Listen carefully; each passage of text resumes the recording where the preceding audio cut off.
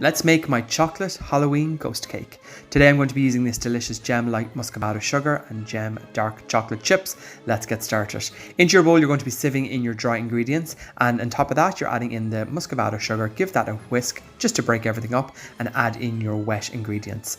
Whisk that all together until you have a lovely, light, silky soft cake batter. Pour this into your prepared tin and bake in the preheated oven for in around 60 to 70 minutes, allowed to cool completely before decorating.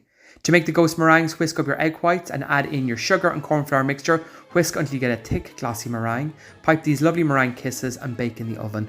Once they're baked and cool, decorate by adding 3 little dots, 2 for the eyes and 1 for the mouth, with chocolate to create the little ghosts.